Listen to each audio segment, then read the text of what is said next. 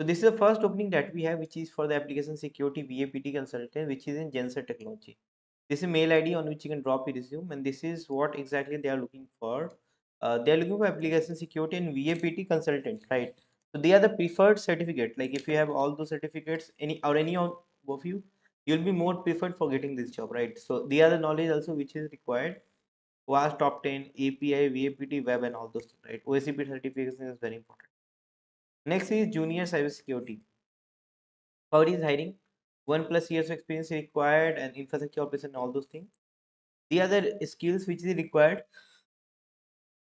and this is mail ID on which you can send your resume, right? And by the way, there is an update for VIH group internship. Basically, we started hiring for the cybersecurity internship at VIH group. So interview is started. Probably your interview, if you're feel like your interview is you're not getting any mail for the interview, then probably in 2 or 3 days or before end of this month, you'll get it.